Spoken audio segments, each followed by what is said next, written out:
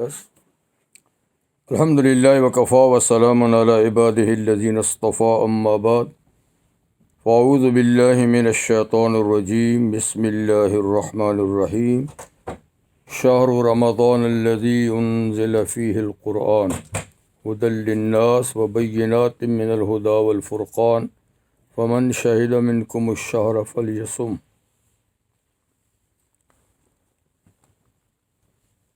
وعن ابی ہریرہ رضی اللہ تعالی عنہ عن النبی صلی اللہ علیہ وسلم قال کل عمل ابن آدم له الحسنة بعشر امثالها الى 700 ضعف قال اللہ عز وجل الا الصیام فإنه لی وأنا أجزی به انه ترک شہوته وطعامه وشرابه من اجلی للصائم فرحتان فرحة عند فطره وفرحة عند لقاء ربه ولخلوف فم الصائم اطیب عند اللہ من ریح المسک۔ صدق اللہ وصدق رسولہ النبی الکریم ونحن علی ذلک لمن الشاہدین والشاکرین والحمد للہ رب العالمین۔ واجب الاحترام حضرات، میں نے قرآن حکیم کی آیہ کریمہ کا ایک حصہ اور ایک حدیث آپ کے سامنے اس وقت تلاوت کیے ہیں۔ پہلے ان کا ترجمہ سماعت فرما لیں، پھر اس کے بعد اس کے بارے میں تھوڑی سی بات چیت کریں گے۔ شہر رمضان الذی انزل فیہ القرآن، اللہ فرماتے ہیں رمضان المبارک کا مہینہ وہ ہے جس میں قرآن نازل کیا گیا، ہدی للناس جو ساری انسانیت کے لیے رہنما ہے، ہادی ہے، ہدایت کرنے والا ہے، وبینات من الہدی والفرقان، اور اس کے اندر واضح باتیں، واضح دلائل، معجزات اور احکامات ہیں، اور حق اور باطل میں تمیز کرنے والی چیزیں دلائل ہیں۔ فمن شہد منکم الشہر فلیصم، تم میں سے جو کوئی اس مہینے میں حاضر ہو، موجود ہو، وہ اس کا روزہ رکھے۔ اور آگے اور بھی آیت ہے لیکن میں نے اتنی تلاوت کی تھی۔ حدیث یہ جو تلاوت کی ہے اس کا مطلب یہ ہے کہ ابو ہریرہ رضی اللہ عنہ راوی اس حدیث کے، اور حدیث بخاری مسلم دونوں کے اندر موجود ہے۔ نبی کریم علیہ السلام نے ارشاد فرمایا کہ ابن آدم یعنی آدمی کا، یعنی انسان کا ہر عمل اسی کا ہے، لہو اسی کے لیے، وہ جو کرتا ہے اس کا فائدہ اسی کو ہوگا۔ اور قانون اللہ کے ہاں عمل کے بارے میں یہ کہ الحسنۃ بعشر امثالہا، ایک نیکی 10 گنا ثواب رکھتی ہے۔ ایک نیکی کا ثواب اللہ تعالیٰ 10 نیکیوں کے برابر دیتے ہیں۔ ایک روزے کا ثواب 10 روزوں کے برابر، ایک نماز کا۔ یہ عام قانون ہے، عام، اور یہ چلتا ہے الی 700 ضعف، 700 تک، ایک عمل کا ثواب 700 گنا تک بڑھتا رہتا ہے۔ اللہ تعالیٰ فرماتے ہیں الا الصیام، مگر یہ قانون روزوں کے لیے نہیں ہے، نمازوں کے لیے ہے، حج کے لیے ہے، زکوٰۃ کے لیے ہے، صدقات کے لیے ہے، کہ ایک کا بدلہ 10 سے شروع ہوتا ہے اور 700 تک یا بلکہ اس سے بھی آگے جاتا ہے۔ لیکن روزے کے بارے میں یہ قاعدہ نہیں، الا الصیام فإنہ لی وأنا أجزی بہ، اللہ کہتے ہیں یہ تو میرا ہے، یہ تو بندے کا ہے ہی نہیں، یہ تو میرا ہے، اور اس کا بدلہ بھی میں خود دوں گا۔ اور اعمال کا بدلہ یعنی فرشتوں کے ذریعے سے دلا دیا جائے گا یا جیسے بھی، اس کا بدلہ میں خود دوں گا، انا اجزی بھی۔ ایک روایت میں اجزی کے بجائے اجزا ہے، اس کا معنی ہے اس کا بدلہ میں خود ہوں، میں خود اس کا بدلہ ہوں۔ وہ تو پھر اس کی تو کوئی انتہا نہیں۔ اچھا جی، کیوں اس کو روزے کو کیوں کہا کہ یہ میرا ہے؟ کیا نماز میری نہیں ہے؟ زکوٰۃ میری نہیں ہے؟ وہ بھی تو اللہ تعالیٰ کی عبادت ہے۔ کہتے ہیں کہ انہ ترک الشہوۃ وطعامہ وشرابہ من اجلی، کہ اس بندے نے اپنی خواہش نفسانی، جنسی خواہش، اپنا کھانا اور اپنا پینا میری خاطر چھوڑا ہے، میری خاطر چھوڑا ہے، اس لیے روزہ میرا ہے۔ اور للصائم فرحتان، یہ بھی فرمایا کہ روزے دار کو 2 خوشیاں نصیب ہوتی ہیں۔ ایک خوشی افطاری کے وقت، چاہے موسم کیسا بھی ہو، گرم ہو سرد ہو، لیکن ایک جذبہ ہوتا ہے افطاری کے وقت، بہت خوشی ہوتی ہے، محسوس ہوتی ہے۔ وفرحۃ عند لقاء ربی، اور دوسری خوشی اس کو نصیب ہوگی جب اپنے اللہ سے ملے گا۔ یہ دو خوشیاں اس کو نصیب ہوتی ہیں۔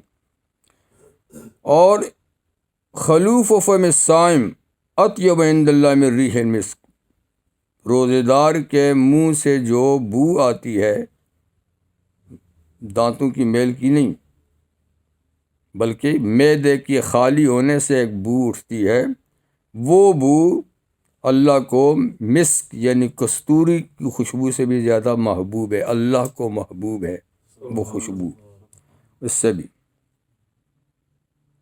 یہ تو حدیث ہی تھی، میں نے آپ کے سامنے پڑھی، اس کی اور بھی کئی روایات ہیں، لیکن بہرحال یہ اتنی ہی کافی ہے۔ تو اب دو چیزیں ہوئیں، ایک رمضان المبارک اور ایک روزہ، دو چیزیں، تو یہ دو عمل ہیں، ایک نہیں ہے۔ رمضان ایک مستقل اور دوسری چیز روزہ، یہ ایک مستقل، دونوں ہی قابل احترام ہیں۔ اور ان کی مثال آپ ایسا سمجھیے، ایک مسجد ایک نماز، دو چیزیں مختلف ہیں۔ مسجد جو ہے وہ نماز کی جگہ ہے، یہ بھی قابل احترام ہے، اور نماز وہ مقصد ہے مسجد بنانے کا، وہ بھی اپنی جگہ میں ضروری ہے۔ تو دونوں قابل احترام ہیں اپنی اپنی جگہ میں۔ ایسے ہی رمضان کی مثال ہے مسجد، روزہ اس کے اندر عبادت، ٹھیک ہے نا۔ اب ایک آدمی نماز نہیں پڑھتا، کئی لوگ نہیں پڑھتے، مسلمان ہو کر بھی نہیں پڑھتے، یا پڑھتے ہیں تو وہ مسجد میں نہیں آتے، لیکن مسجد کا احترام ان کے لیے بھی ضروری ہے، اور کرتے بھی ہیں، بلکہ روزے سے زیادہ مسجد کرتے ہیں۔ اگر کوئی آدمی مسجد کو گندہ کرے، توڑ پھوڑ کرے، بے حرمتی کرے، تو کون اس کو برداشت کرے گا؟ نہیں کرتا۔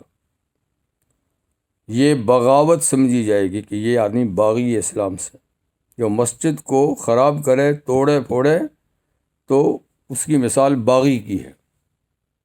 نماز نہیں پڑھے تو گناہ گار ہے، ٹھیک ہے، لیکن مسجد کا احترام غیر نمازی کے لیے بھی ضروری ہے، اور مسجد کو خراب کرنا، بس یہی حال رمضان کے مہینے اور روزے کا ہے۔ اگر کوئی بد نصیب روزہ نہیں بھی رکھتا، تب بھی رمضان کا احترام اس پر واجب ہے۔ یہ ایک مستقل عمل ہے، یعنی دن رات جو رمضان کے ہیں یہ قابل احترام ہیں۔ تو اگر اس میں وہ روزہ یوں کھائے گا تو یہ احترام رمضان کے خلاف ہے، تو اس نے رمضان کا احترام نہیں کیا۔ لوگ یہ سمجھتے ہیں کہ چھپ کر کھا لینے سے احترام ہوتا ہے رمضان کا۔ کسی زمانے میں ہوٹلوں کے سامنے پردے ڈال دیتے تھے نا رمضان میں، اور کہتے تھے احترام رمضان میں پردے ڈال دیے ہیں۔ وہ احترام رمضان نہیں، روزے دار کے احترام ہے، کہ روزے دار کے سامنے نہیں کھاتے، چھپ کے کھا رہے ہیں۔ رمضان کے احترام تو جب ہو کہ اس میں آپ نہ کھائیں، اس میں نہ کھانا نہ پینا، یہ احترام۔ چھپ کے کھانا یہ روزے دار آدمی کا احترام تو ہے، مگر رمضان کی بے حرمتی ہے۔ تو بہرحال یہ مہینہ اس میں خیال کرنا چاہیے کہ یہ بہت ہی مقدس مہینہ ہے، اور اس کا احترام ہر لحاظ سے روزہ ہو نہ ہو کسی کا ضروری ہے۔ اسی لیے اہل علم نے لکھا ہے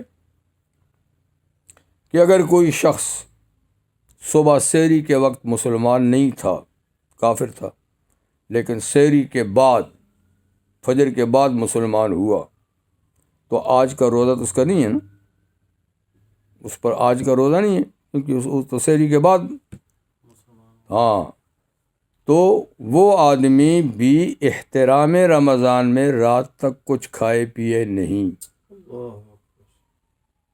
یہ احترام ہوگا، روزہ نہیں ہوگا۔ ایسی کوئی خاتون ہے جس نے روزے نہیں رکھنے، مگر وہ دن کے 10-12 بجے پاک ہوگی، بیماری سے پاک ہوگی، اس کا تو روزہ نہیں ہے آج کا، لیکن اب اس کے بعد شام تک نہ کھائے پیے، یہ احترام رمضان ہے کہ ٹھیک ہے نا؟ لیکن اس چیز کو لوگ نہیں سمجھتے، وہ کہتے کہ نہیں کوئی ایسی بات نہیں ہے۔ تو 12 رمضان کے احترام اپنی جگہ میں، اور روزہ فرض ہے، روزہ فرض ہے اور اس کی فرضیت کو ادا کرنا یہ اپنی جگہ میں، یہ دو کام مطلب ہے کہ مستقل ہیں، ایک نہیں ہے۔ پھر رمضان کا مہینہ جو ہے رمض سے ہے، جس کا معنی ہے تپش، گرمی، جھلسا دینا۔ ویسے تو یہ مہینوں کے نام موسموں کے لحاظ سے رکھے گئے تھے، جب یہ مہینوں کے نام رکھے ہیں آل عرب نے تو موسم، جس موسم میں جو مہینہ آیا اس کے لحاظ سے اس کا نام رکھا، تو یہ انتہائی شدید گرمی کے موسم میں اس کا نام رکھا گیا تھا رمضان، کہ سخت گرم، جسے جمادی کا معنی سخت سرد، ربیع کا معنی بہار، تو موسموں کے لحاظ سے رکھے گئے۔ لیکن اہل علم کہتے ہیں کہ یہ تو ٹھیک ہے، رکھنے والوں نے تو موسم کے لحاظ سے نام رکھے تھے، لیکن اس جو عبادت اللہ نے اس کے اندر مقرر کی ہے رمضان میں روزے کی، اس کا اثر بھی وہی ہے کہ رمضان کے مہینے میں جو روزے رکھے جاتے ہیں یہ گناہوں کو ایسے جھلسا دیتے ہیں جیسے جون جولائی کی گرمی چیزوں کو جھلسا دیتی ہے۔ تو یہ گناہوں کی مغفرت، معافی کا ایک زبردست موسم ہے۔ یعنی اب یہ بے شک سردی گرمی میں آئے، لیکن روزے کے اثر کی وجہ سے اثر اس کا گناہوں پر وہی پڑے گا جو جون جولائی کی گرمی کا اثر انسان پر پڑتا ہے۔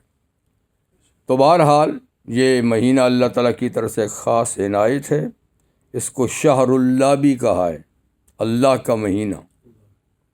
اور بعض روایات میں یہ کہ رمضان اللہ کا ایک نام ہے، اللہ تعالیٰ کے ناموں میں سے ایک نام ہے یعنی وہ اسماء حسنہ جو آپ 99 پڑھتے ہیں ان میں تو نہیں ہے، لیکن اس کے علاوہ بھی تو کئی نام ہیں۔ تو بعض کہتے ہیں کہ رمضان اللہ تعالیٰ کا ایک نام ہے، اس لیے خالی رمضان نہیں کہنا چاہیے، شہر رمضان، ماہ رمضان کہنا چاہیے، جس کا معنی ہے اللہ کا مہینہ، اللہ کا مہینہ۔ اگر یہ روایت اپنی جگہ میں درست ہو تو پھر اس مہینے کی خصوصیت ظاہر ہوتی ہے کہ یہ اللہ کے نام پر ہے، اللہ کے نام پر ہے، شہر اللہ۔ اور یہ نسبت جو ہے اللہ کی طرف، یہ ایسی نسبت نہیں ہے کہ باقی مہینے کسی اور کے ہیں، یہ اللہ کا مہینہ باقی کسی اور کے ہیں، یہ شرافت کی اور عظمت کی نسبت ہے۔ جیسے کہ کسی کے 5-6 بچے ہیں مگر ایک سے زیادہ پیار کرتے ہیں، یہ میرا بیٹا ہے، تو کیا مطلب دوسرے نہیں ہیں؟ یعنی وہ بھی ہیں لیکن یہ میرا بیٹا ہے، یہ اس کی یعنی خاص قربت، تعلق کی نشانی ہوتی ہے۔ جیسے یہ مسجد ہے، یہ بھی تو عام یعنی مٹیریل سے بنا جس طرح باقی گھر بنے ہوئے ہیں، لیکن اس کو بیت اللہ کہتے ہیں، بیت اللہ۔ اور وہ گھر جو خاص مکہ میں ہے اس کا تو نام ہی کعبۃ اللہ اور بیت اللہ، لیکن یہ بھی سب بیوت اللہ ہیں۔ تو یہ نسبت شرافت کی ہے، یہ نہیں کہ اللہ میاں کوئی اس میں بستے ہیں، رہتے ہیں۔ یا جیسے کہ ایک اونٹنی ہے صالح علیہ السلام کی جو معجزانہ طور پر ان کو دی گئی تھی پتھر سے نکال کے، اس کا ناقۃ اللہ نام ہے، ناقۃ اللہ، اللہ کی اونٹنی۔ تو کیا باقی اونٹنیاں اللہ کی نہیں ہیں؟ وہ بھی اللہ ہی پیدا کرتا ہے، لیکن یہ ایک خصوصیت ظاہر کرنے کی نسبت ہوتی ہے جس کی نسبت اللہ کی طرف ہو جائے۔ تو اس مہینے کی نسبت اللہ کی طرف اس کی خصوصیت ظاہر کرتی ہے کہ یہ عام مہینوں کی طرح نہیں۔ نبی کریم علیہ السلام نے حدیث میں، ایک اور حدیث میں فرمایا ہے کہ من تقرب فی بخصلۃ، جو اللہ کی نزدیکی حاصل کرتا ہے اس مہینے میں ایک نیکی کے ذریعے سے، کوئی نیکی بھی، کوئی نیکی، کان کمن ادی فریضۃ فیما سوا، وہ دوسرے مہینوں میں فرض کے ادا کرنے کے برابر ہے۔ اس مہینے کا نفل کام دوسرے مہینوں کے فرائض کے برابر ہے۔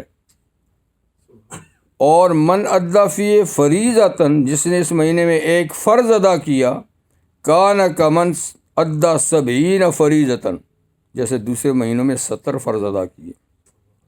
تو اتنا اضافہ ہے اس مہینے میں اجر و ثواب کا، اعمال کا، ہر نیکی کا فرض کے برابر، ہر فرض کا 70 فرائض کے برابر۔ تو یہ ایک لوٹ مار کا موسم ہے نیکیوں کا، اس لیے اس کے اوقات کو ضائع کرنا یہ بڑی بد نصیبی کی بات ہوگی۔ بے حرمتی کرنا اور اوقات کو ضائع کرنا یہ بہت بڑی بد نصیبی کی بات ہے۔ لیکن کیا کریں، کچھ لوگ ایسے جن کو کوئی پرواہ نہیں کہ رمضان آیا نہ آیا، کچھ بھی ہے، ان کو کوئی احساس ہی نہیں ہوتا اس بات کا۔ تو ہمیں احساس کرنا چاہیے۔ تو دیکھیے یہ تھوڑا سا وقت اللہ فرماتا ہے ایام معدودات، گنے ہوئے دن ہیں۔ وہ ساری زندگی تو رمضان نہیں رہتا، گنے ہوئے دن ہیں۔ تو اس میں دیکھیے اب آج 8واں روزہ ہے، آگے پتہ نہیں 21 یا 22 رہتے ہیں، وہ بھی ختم ہو جائیں گے، اور مہینہ چلا جائے گا اپنی بہاروں کے ساتھ۔ اور اگر کسی نے اس سے دامن بھر لیا خوش نصیب ہے، اور کسی نے کچھ نہیں کیا تو اپنی بد نصیبی ہے اس کی۔ یہ تو میں نے اس مہینے کے بارے میں آیت پڑھی تھی، اور ایک حدیث جس میں اس کے اعمال کے بارے میں فرمایا، خاص طور پہ روزے کے بارے میں۔ روزے کے بارے میں ایک حدیث میں یہ بھی فرمایا ہے، جیسے اس میں بھی کہا تھا کہ روزہ میرا ہے۔ تو قیامت کے دن کفارہ ہوگا، حقوق ادا کیے جائیں گے، یعنی کسی نے کسی کا حق ضائع کیا ہے اس سے بدلہ لیا جائے گا، کیونکہ وہ عدل و انصاف کا دن ہوگا۔ تو نیکیاں اس دن کسی کے پاس مال تو ہوگا نہیں کہ مال میں کفارہ ادا کرے، تو کسی کے پاس اگر کوئی سرمایہ مال ہوگا تو اس کی نیکیاں ہی ہوں گی۔ اگر کسی نے دنیا میں کسی کا حق ادا نہیں کیا، حق ضائع کیا ہے، تو اس حقدار کو اس کی نیکیوں میں سے دیا جائے گا۔ اس کے پاس اور تو کچھ نہیں ہے بھائی، اتنی نیکیاں لے لے، وہ اللہ تعالیٰ خود ہی بتائیں گے کہ اس حق کی اتنی نیکیاں بنتی وہ لے لے۔ تو اس میں حج بھی جائیں گے، اس میں زکوٰتیں بھی جائیں گی، اس میں باقی تلاوتیں بھی جائیں گی، نمازیں بھی جائیں گی، سب کچھ۔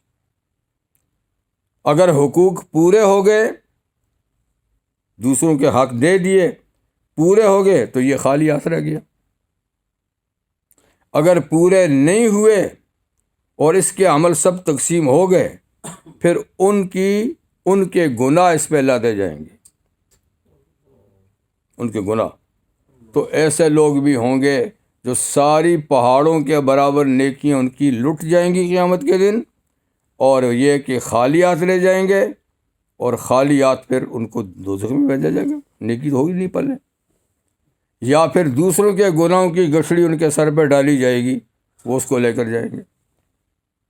اسی لیے نبی کریم نے فرمایا کہ تم اپنے معاملات کی صفائی دنیا میں کر لو، اس دن سے پہلے کہ دینے دلانے کے لیے کچھ نہیں ہوگا اعمال کے سوا، اور پھر وہ اعمال دو گے تو خالی ہاتھ رہ جاؤ گے۔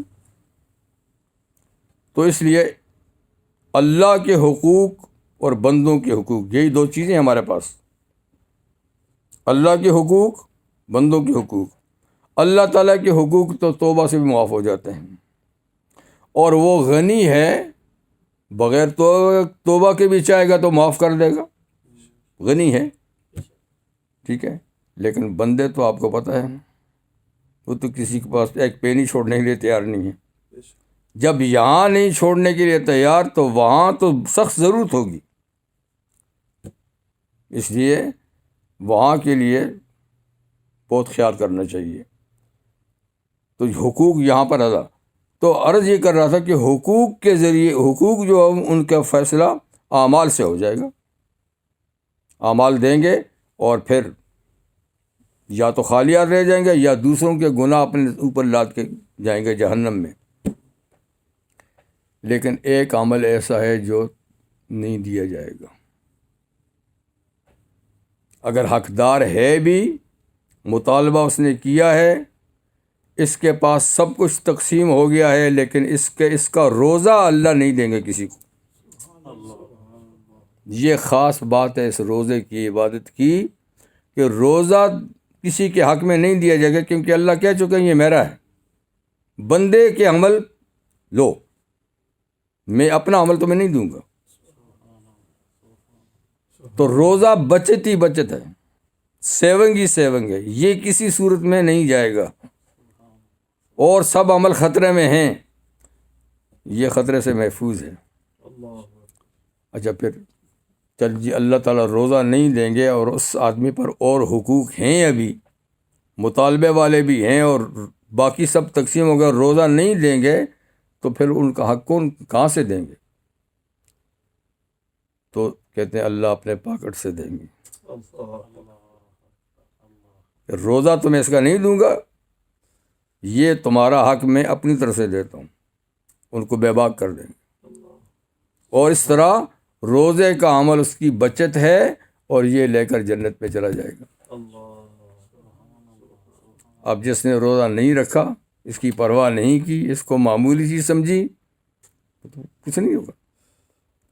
تو اس لیے خاص اہتمام ہونا چاہیے روزے کی عبادت کی.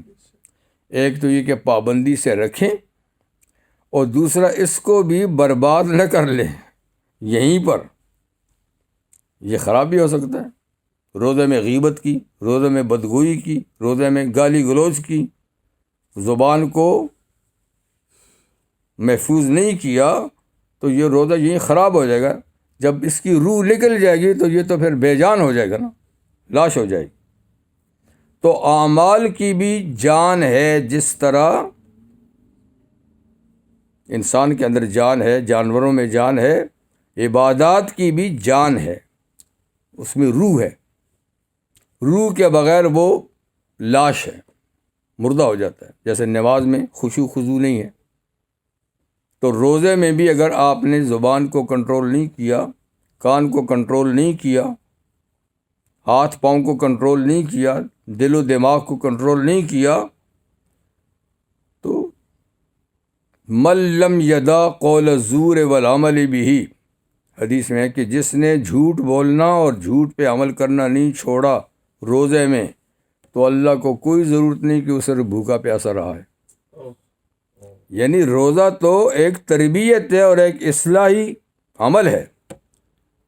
روزہ رکھوا کے اللہ یہ بتانا چاہتے ہیں کہ تم کو کان کا بھی روزہ رکھنا ہے، آنکھ کا بھی رکھنا ہے، زبان کا بھی رکھنا ہے، ہاتھ پاؤں کا بھی رکھنا ہے. ان کو غلط جگہ میں استعمال نہیں کرنا. جیسے کھاتے نہیں ہو، پیتے نہیں ہو، حلال چیزیں ہیں، کھانا پینا حلال چیز ہے، جنسی خواہش جائز جگہ میں پوری کرنی حلال چیز ہے، لیکن ہم سحری سے مغرب تک کیوں اللہ کا حکم سمجھ کے یہ حلال چیزیں نہیں استعمال کرتے؟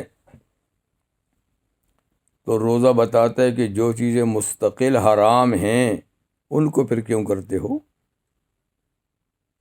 اگر اللہ کا یہ حکم مانتے ہو کہ حلال چیز بھی اس کے حکم سے اتنے گھنٹے استعمال نہیں کرتے، تو جس کو 24 گھنٹے اور ساری زندگی اس نے حرام کیا ہے اس کو کیوں کرتے ہو؟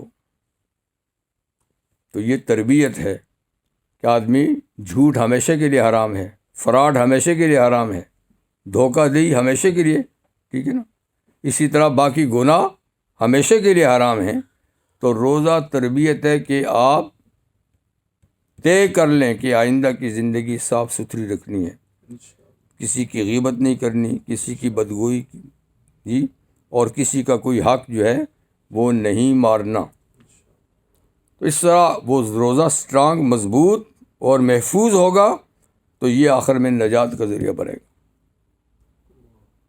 تو اللہ تعالیٰ نے یہ موقع دیا ہے تو ہمیں اس موقع سے فائدہ اٹھانا چاہیے، اور احتیاط اس بات کی ہو کہ روزے کے دوران سارے گناہوں کو چھوڑیں اور کوئی نیکی نہ چھوٹے، کوئی گناہ ہونا اور کوئی نیکی چھوٹے نہیں.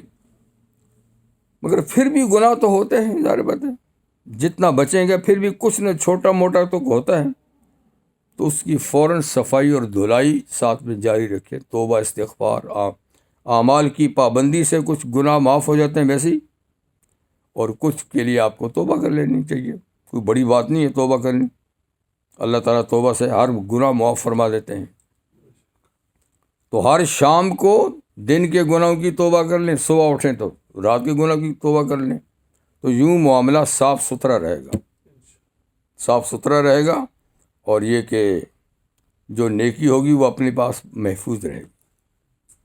آج بڑی مصیبت یہ کہ پہلے تو نیکی کی طرف توجہ ہی نہیں ہے، نیکی کے کام، نماز جاتی تو جائے، روزے جاتے تو جائیں، اور سیر سپاٹے کریں گے لیکن حج عمرے کے لیے توفیق نہیں ہوتی، تلاوت کے لیے وقت نہیں ہے، اور ذکر و اذکار کے لیے نہیں ہے، گپ شپ کے لیے بہت ٹائم ہے، فضولیات کے لیے۔ ابھی حافظ صاحب نے وہ آخری خطبے میں پڑھا تھا نا آیت،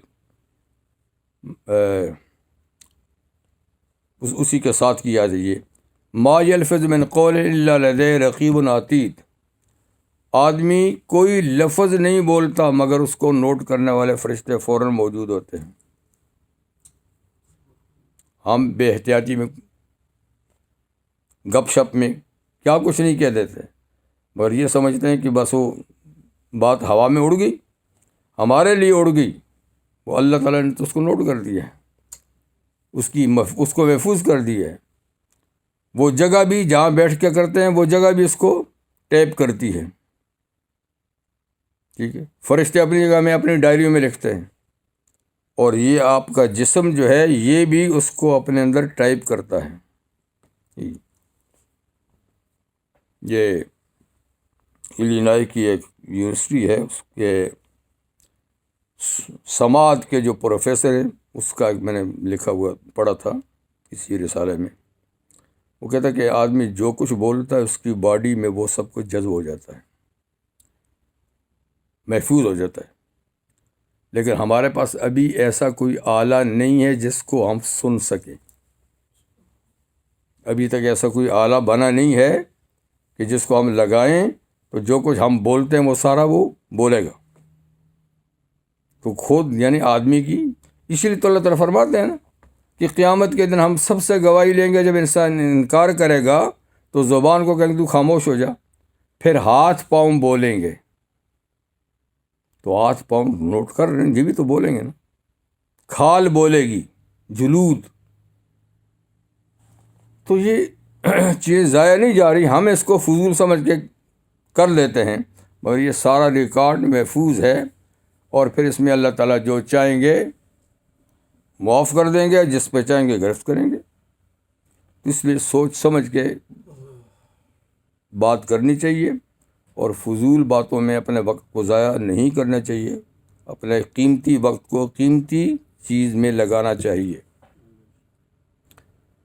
دوسری بات یہ کہ جیسا کہ میں نے کہا نا، مسجد، ہم ابھی مسجد میں بیٹھے ہیں، نماز کے لیے آئے ہیں، تو یہ بھی بہت ہی قابل احترام جگہ ہے، جیسے رمضان کا مہینہ روزے کا مقام ہے، جگہ ہے، تو اس طرح مسجد نماز کی جگہ ہے، اور آپ کو پتہ ہے کہ نماز سب عبادات میں سب سے اہم ترین عبادت ہے، تو اس کی جگہ بھی اہم ترین ہے،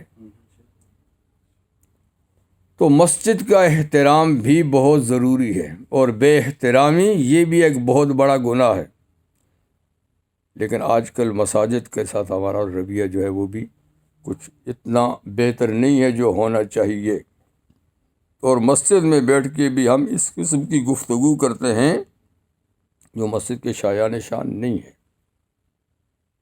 یعنی یہ تو اللہ کی یاد کرنے کی جگہ ہے، انما بنیت المساجد لذکر اللہ، مسجدیں اللہ کی یاد کے لیے بنائی جاتی ہیں، لیکن ہم دوسرے بہت ساری باتیں اس میں کر دیتے ہیں، چلو جائز باتیں تو گھر ہو جائیں، لیکن ناجائز گفتگو کرنے سے پرہیز کرنا چاہیے، مسجد میں بلند آواز سے بولنا، شور و شغب کرنا، یہ اس کے احترام کے منافی ہیں، تو یہ چیزیں ایسی ہیں کہ انسان کے اعمال کو بے روح کر بے جان کر دیتی ہیں، جب عمل بے جان اور بے روح ہو گیا تو پھر اس کی ویلیو نہیں رہتی،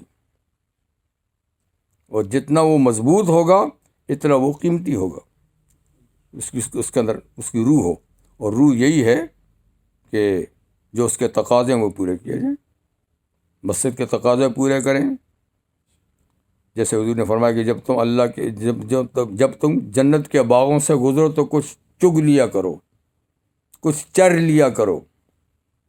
صحابہ نے پوچھا کہ جنت کے باغ یہاں کہاں ہیں؟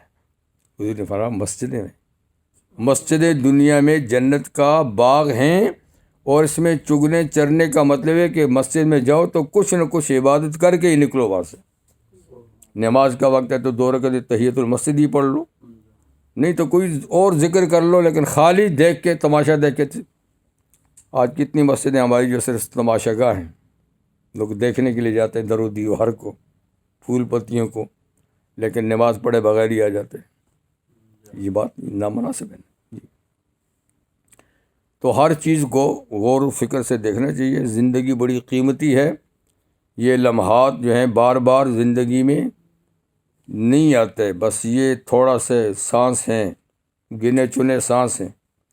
اس کو قیمتی بنانے کے لیے ہمیں قربانی دینی ہوگی، اور یہ کہ خواہشات نفسانی کی باتیں یا کوئی ایسا عمل اس سے جتنا ہو سکے پرہیز کرے.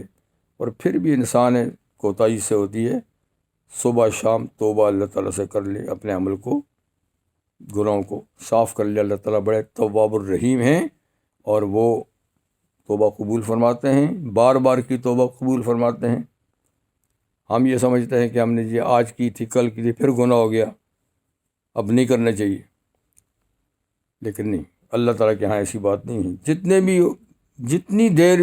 بھی گناہ ہو جائیں ان کو کہتے میں تو تواب ہوں. اور یہ فطرتی بات ہے، انسان گناہ سے بچ سکتا بھی نہیں، بھرپور کوشش کرے تو بھی. انبیاء کے سوا کوئی معصوم نہیں ہے، انبیاء کے سوا کوئی معصوم نہیں ہے. چھوٹی موٹی کچھ نہ کچھ خطائیں ہوتی ہیں، اور ہم دعا بھی کرتے ہیں یا اللہ گناہوں سے بچا بچا بچا، لیکن پھر بھی ہوتے ہیں. اس میں بھی حکمت ہے. حکمت یہ ہے کہ اللہ تعالیٰ کے نام ہیں غفور، ہے نا؟ کتنی دفعہ غافر، غفار بہت بخشنے والا، تواب عفو معاف کرنے والا، رحیم کریم رحمان. یہ کتنے نام ہیں. اگر کوئی دنیا میں گناہ نہ ہو، کوئی گناہ نہ کرے، تو یہ کچھ نام تو پھر معطل ہو جائیں گے، ان کا تو کام نہیں رہے گا.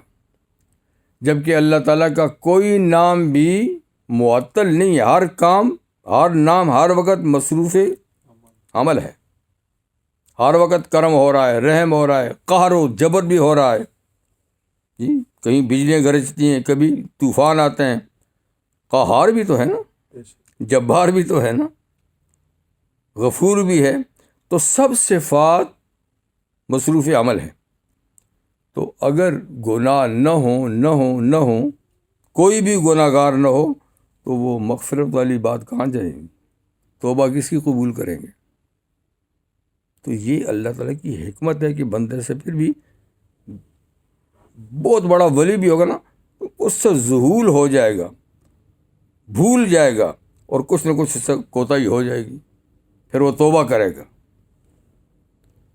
تو بسا اوقات نیکی سے توبہ زیادہ مفید ثابت ہوتی ہے. نیکیاں پھر خطرے میں ہیں، توبہ تو خطرے میں نہیں ہے. تو اس لیے توبہ ہر وقت کرنی چاہیے، اللہ تعالیٰ سے معافی مانگنی چاہیے. تو اللہ تعالیٰ توفیق عطا فرمائے. زیادہ آپ کا زیادہ ٹائم لے لیے میں، آپ نے 10 منٹ کا کہا تھا، اور میں اس لیے کہا تھا کہ نماز پڑھ کے فارغ ہو جائیں تو